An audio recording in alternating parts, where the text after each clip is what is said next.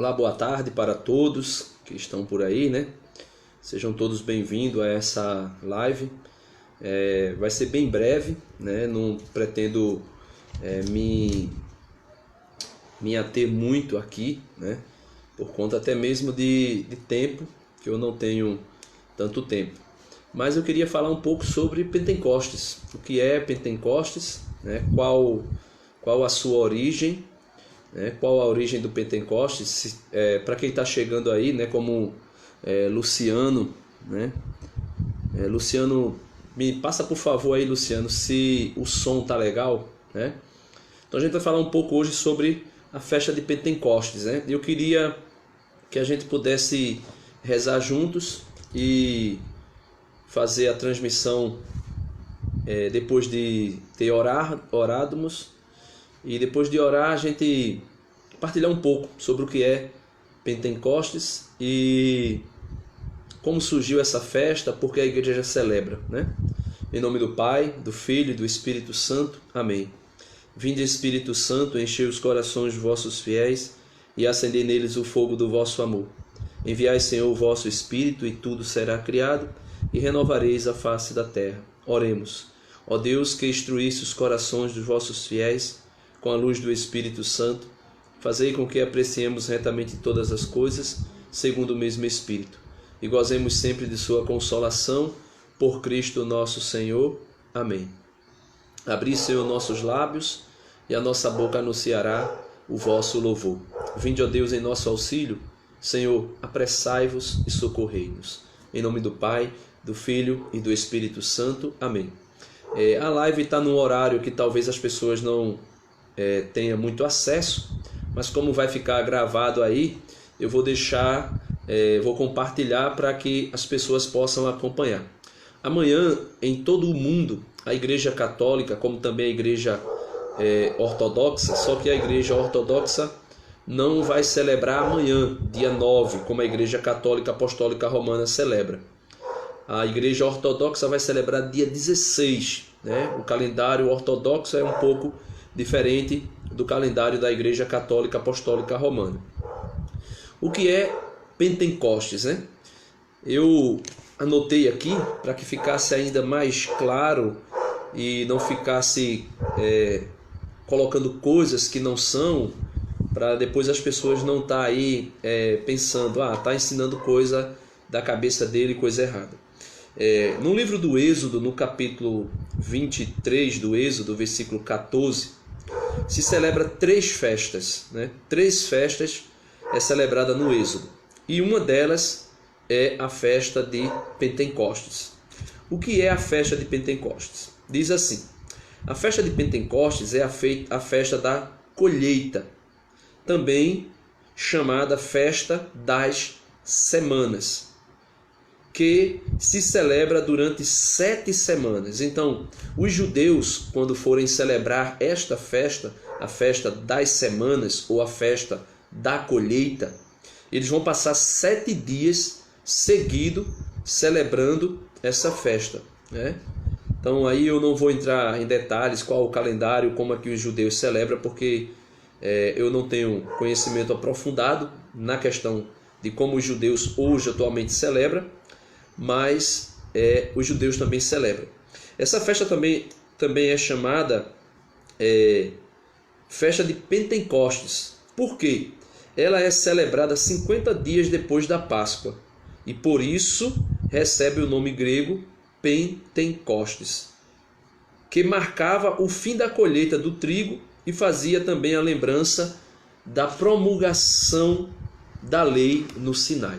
Ou seja, a festa de Pentecostes, na época de Israel, quando Israel histórico, ou seja, o povo de Israel, celebrava a festa de Pentecostes, ele celebrava essa festa e ela era conhecida como festa da colheita ou festa das semanas, e se passava 7 semanas de festa. Durante estas semanas de festas, eles traziam à memória, faziam uma anamnese daquilo que foi a promulgação, né? A promulgação da lei de Moisés, quando Moisés no Sinai recebeu os mandamentos, e o povo de Israel celebrava isto, tá certo? Então, essa festa, de maneira histórica, né, aquilo que se foi celebrada em Israel, era a festa das colheitas, também conhecida como festa das semanas, ou como se celebrava 50 dias depois da Páscoa, e aqui é aquela Páscoa judaica, onde o anjo, né, exterminador passou lá no Egito, matando os primogênitos, e ali se celebrou com aquilo ali, a Páscoa, se celebrou com o cordeiro, aquela questão histórica lá que nós conhecemos. E a Igreja Católica também celebra a Páscoa, mais ou menos nesse mesmo período que se celebrava aquela Páscoa do Antigo Testamento. Lógico que isso em um contexto dentro do cristianismo, não é mais o judaísmo que celebra, não está mais se celebrando aquilo que os judeus celebravam, mas de uma maneira trazida por Jesus, bem diferenciada, aonde Jesus, celebrando a Páscoa com os judeus, Jesus realiza aquilo que foi feito na última ceia. E lá na última ceia, Jesus celebrando a Páscoa na última ceia, Jesus fez uma grande promessa para os discípulos. A promessa de que ele iria subir para junto do Pai, mas que logo depois, em um pouco espaço de tempo, ele enviaria o Espírito Santo para os apóstolos. No Atos dos Apóstolos, capítulo 1, no versículo 6 do Atos dos Apóstolos, diz assim, meu cachorro está latindo muito, eu não sei se já está incomodando vocês aí, mas acredito que não. Mas em Atos dos Apóstolos, capítulo 1, versículo 6, falando da ascensão do Senhor, diz assim: estando, pois, reunidos, eles assim o interrogaram: Senhor, é agora o tempo em que irás restaurar a realeza em Israel? E ele, Jesus, respondeu: não, compete a vós conhecer os tempos e os momentos que o Pai fixou, com sua própria autoridade. Aí ele diz: mas recebereis uma força, a do Espírito Santo, que descerá sobre vós, e sereis minhas testemunhas em Jerusalém, em toda a Judéia e a Samaria, até os confins da terra.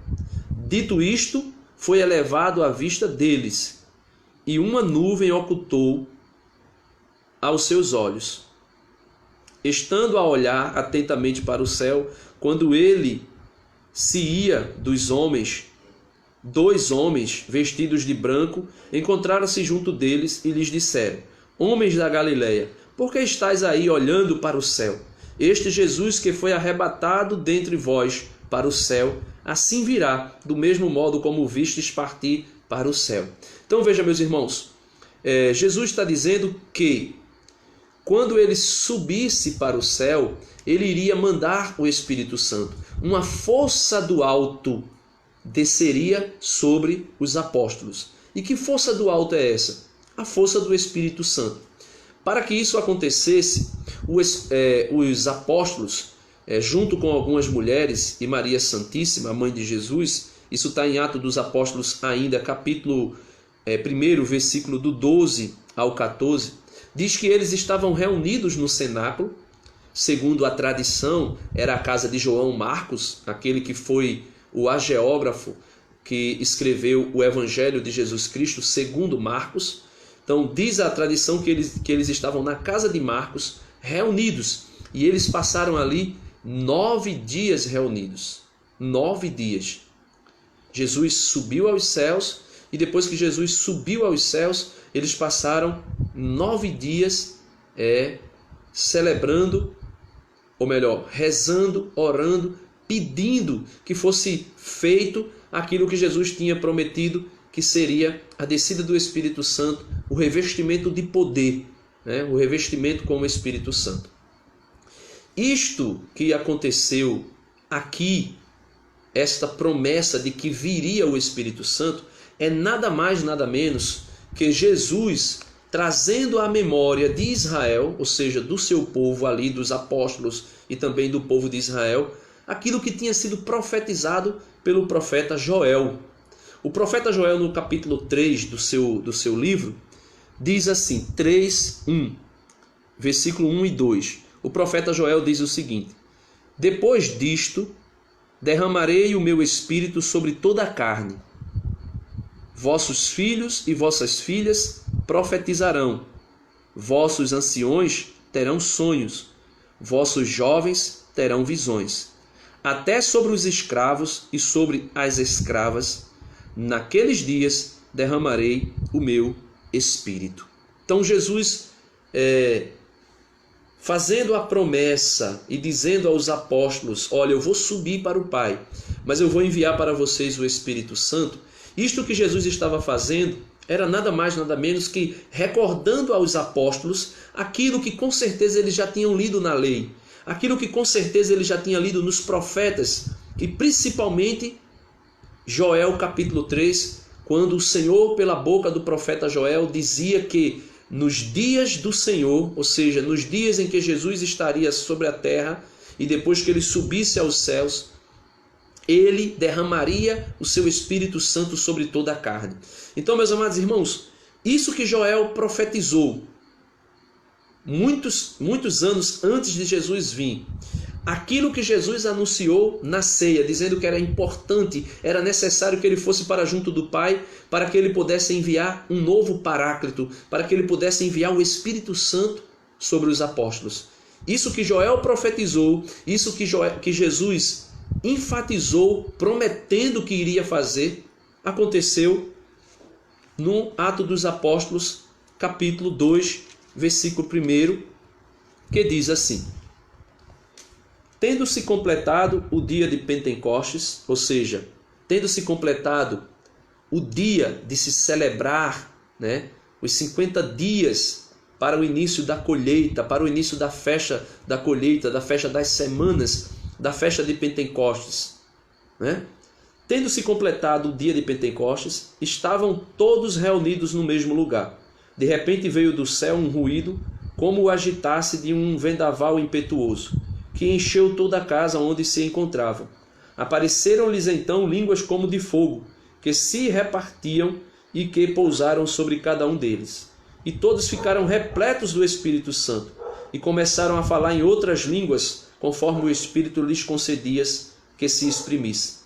Achava-se então em Jerusalém judeus piedosos, vindos de todas as nações que há debaixo do céu.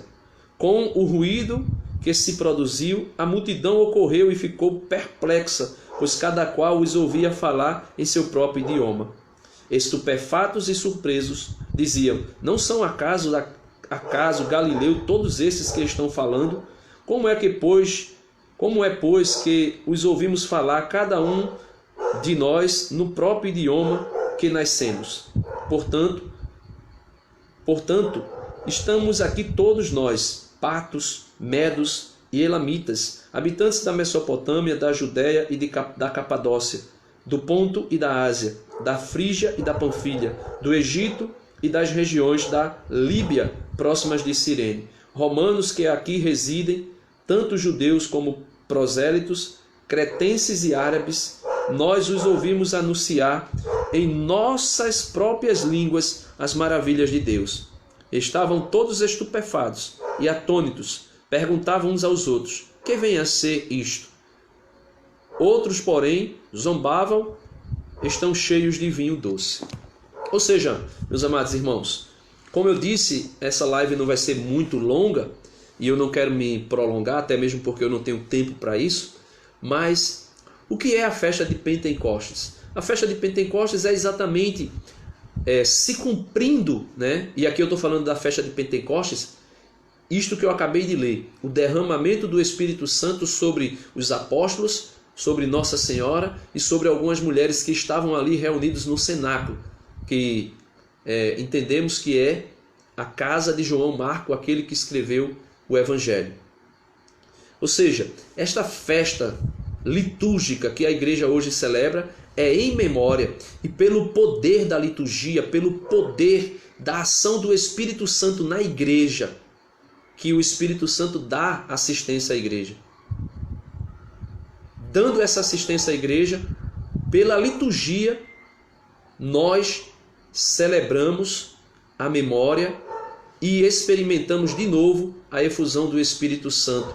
Aquilo que foi acontecido há 2019 anos atrás, quando os apóstolos estavam reunidos. Ou seja, Pentecostes é a festa litúrgica que traz a memória e, pelo poder da liturgia, atualiza, faz acontecer de novo no nosso meio a efusão do Espírito Santo com os seus 7 dons e produzindo em nós também os seus 12 frutos. Nós recebemos o Espírito Santo mais uma vez, infundindo em nós os seus dons e os seus frutos, para que nós possamos ter uma vida diante de Deus na justiça, na santidade, na piedade e na verdade. Ou seja, Pentecostes é nada mais, nada menos que o cumprimento da promessa que foi feita pelo Senhor Deus por meio do profeta Joel, capítulo 3, e também o cumprimento da promessa que Jesus dá aos seus apóstolos, dizendo que vai para o alto, que vai subir para junto do Pai, mas que enviaria o Espírito Santo, o Paráclito, e ele revestiria os apóstolos de poder para que eles pudessem ser testemunhas de Jesus nos confins da terra, em toda a Judéia e até hoje aqui onde nós estamos. Eu aqui e você onde você estiver me ouvindo.